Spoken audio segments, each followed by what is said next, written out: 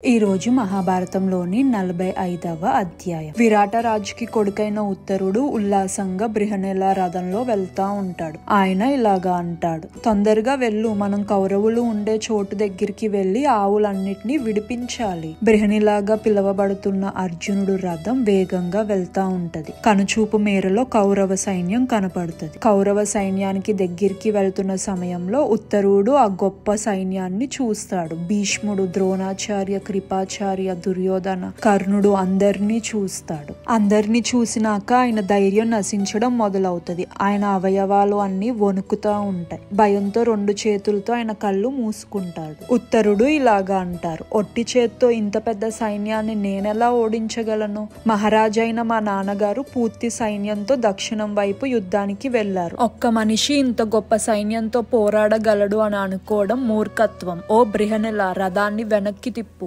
బృహనెల చిన్నగా నవ్వి ఇలాగా అంటారు, మీరు ఈ నగరానికి వస్తున్నప్పుడు పూర్తి దృఢ సంకల్పంతో వచ్చారు. అక్కడున్న స్త్రీలందరూ మీ నుంచి గొప్ప విషయాలు ఆశిస్తున్నారు. ప్రజలందరూ మీ మీద నమ్మకం పెట్టుకున్నారు. సైరంధ్రి కూడా నా గురించి గొప్పగా చెప్పింది. మీ కోరిక మేరకే కదా నేను ఇక్కడికి వచ్చాను. ఇప్పుడు మనం గనక వెళ్ళిపోతే ఆవుల్ని ఎవరు కాపాడతారు? మనం ఒట్టి చేతులతో వెళ్తే అందరూ మనల్ని చూసి నవ్వుతారు. నేను రథాన్ని వెనక్కి తిప్పను. మనం ధైర్యంగా పోరాడదాం. ఎలాంటి భయం పెట్టుకోకండి. ఈ మాటలు చెప్పి బృహనిల శత్రువుల వైపు వెళ్లడం మొదలు పెడతారు. ఉత్తరుడు వణుకుతా ఇలాగా అంటారు, నేను ఇది చెయ్యలేను. ఏమాత్రం నేను ఇది చెయ్యలేను. కౌరవులు గోవుల్ని తీసుకొని వెళ్ళిపోయిన స్త్రీలు నన్ను చూసి నవ్వినా నేను పట్టించుకోను. నాకంటే బలంగా ఉన్న వాళ్ళతో పోరాటం చేయడంలో అర్థం లేదు. రథాన్ని వెనక్కి తిప్పు, లేకపోతే నేను దూకేసి వెనక్కి వెళ్ళిపోతా. ఆ మాటలు చెప్పి ఉత్తరుడు ఆయన విల్లు బాణాలని కింద పడేసి దూకేస్తాడు. నగరం వైపు భయంతో పరిగెడతా ఉంటాడు. ఇలాంటి సందర్భం జీవితంలో మనం ఎప్పుడు చూడని విషయంలాగా తీసుకోకూడదు. భయం అనేది బలమైన సహజమైన భావం. దాన్ని మనం సంకల్ప శక్తితో జయించవచ్చు. లేకపోతే కొన్ని బలమైన ఉద్దేశాలు ఏంటంటే ప్రేమ, ద్వేషం, సిగ్గు, క్రమశిక్షణ. అర్జునుడు పరిగెడుతున్న యువరాజుని ఆపడానికి గట్టిగా అరుస్తా ఉంటాడు. ఒక క్షత్రియుడిలాగా ప్రవర్తించు. యువరాజు ఇంకా వేగంగా పరిగెడతా ఉంటాడు. ఇదంతా చూస్తున్న కౌరవ సైన్యం ఇది చూడ్డానికి వినోదంగా ఉంది అని అనుకుంటారు. ద్రోణాచార్య బృహనెలాన్ని చూసి ఆశ్చర్యపోతారు. ఈమెను చూస్తుంటే అర్జునుడు గుర్తుకొస్తున్నాడు. ఆ మాటలకి కర్ణుడు ఇలాగా అంటాడు, ఆమె అర్జునుడు ఎలాగా అవుతుంది? ఒకవేళ అర్జునుడు అయినా కూడా ప్రయోజనం ఏంటి? అర్జునుడు ఒక్కడే పాండవులు లేకుండా మనల్ని ఏం చేయగలుగుతాడు? రాజు వాళ్ళ కొడుకుని నగరంలో ఒంటరిగా వదిలేసి పూర్తి సైన్యంతో సుశర్ముడితో యుద్ధం చేయడానికి వెళ్ళిపోయాడు. ఈ యువరాజు ఏమో రాజభవనంలో ఉన్న ఒక స్త్రీని రథసారథిగా తీసుకొని వచ్చాడు. అంతే. ఉత్తరుణ్ణి బృహనిల వెళ్ళనివ్వడు. బాధపడతా ఆయన ఇలాగా అంటాడు, మా అమ్మకి నేను ఒక్కడే కొడుకుని. నేను మా అమ్మ ఒడిలో పెరిగాను. నాకు చాలా భయంగా ఉంది. బృహనెల ఆయన్ని కాపాడుకోవడానికి యువరాజు ఉండాల్సిందే అని అనుకుంటాడు. అందుకే యువరాజు వెళ్ళడానికి అంగీకరించాడు. బలవంతంగా యువరాజుని రథంలోకి తీసుకువస్తాడు. ఉత్తరుడు ఏడవడం మొదలు పెడతాడు. అయ్యో, నేను ఎలాంటి మూర్ఖుడిని, నాకిప్పుడు ఏమవ్వబోతుంది? అర్జునుడు యువరాజు భయాన్ని పోగొట్టడానికి ఇలాగా అంటారు, భయపడమాక, కౌరవులతో నేను పోరాడుతాను. గుర్రాల్ని చూసుకో, రథాన్ని నడుపు, మిగిలిందంతా నేను చూసుకుంటాను.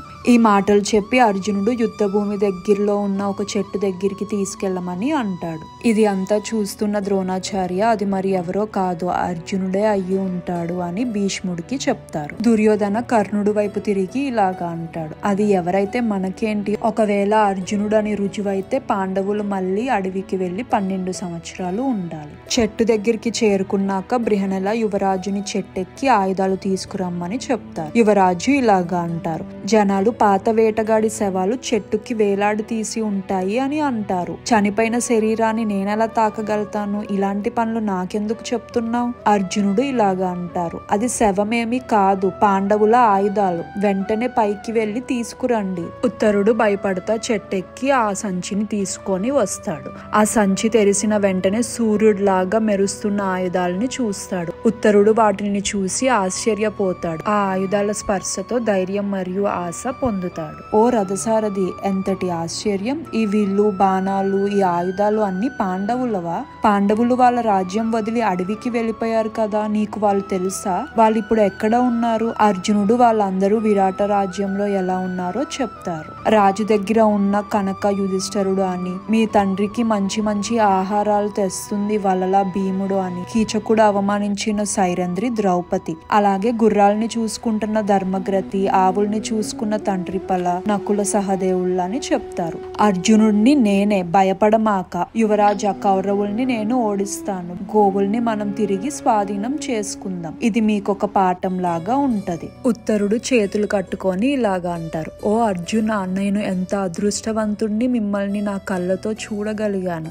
వీరుడైన అర్జునుని చూడడం వల్ల నా హృదయంలో ధైర్యం వచ్చింది. నేను తెలియక చేసిన తప్పులకి క్షమించండి. కౌరవ సైన్యం దగ్గరికి వచ్చినాక అర్జునుడు ఆయన గాజుల్ని తీసి ఆయన జుట్టుని ముడివేసుకొని ఆయన గాంధీవ విల్లుని తీసి తీగల్ని సరిచేస్తాడు. అన్ని వైపుల నుంచి ప్రతిధ్వని వినపడుతుంది. ఆ స్వరం విన్న వెంటనే కౌరవ సైన్యం ఇది తప్పకుండా గాంధీవ స్వరమే అని అంటారు. కౌరవ సైన్యం పాండవులు వచ్చారు అని అనుకుంటారు. ఉత్తరుడు కథ నుంచి మనం తెలుసుకోవాల్సిన విషయం ఏంటంటే, మానవ స్వభావంలో వాళ్ళ సామర్థ్యం బట్టి వాళ్ళని తక్కువగా చూడడం ఉంటది. ధనవంతుడు పేదవాడిని, అందంగా ఉండే వాళ్ళు సాధారణమైన వాళ్ళని, బలవంతుడు పిరికి వాళ్ళని. కానీ అర్జునుడు సాధారణ మనిషి కాదు, గొప్ప ఆత్మ మరియు నిజమైన వీరుడు. ఒక వీరుడు లక్షణంగా బలంగా ఉండే అతను బలహీనుడికి సహాయం చేయాలి అని అనుకున్నాడు. ఉత్తరుడికి ధైర్యాన్ని ఇచ్చి ఆయన వంశానికి అర్హుడిని చెయ్యాలి అని అనుకున్నాడు. అది అర్జునుడు ఒక లక్షణం. ఆయన ఎప్పుడూ అతని బలాన్ని, శక్తిని దుర్వినియోగం చెయ్యలేదు.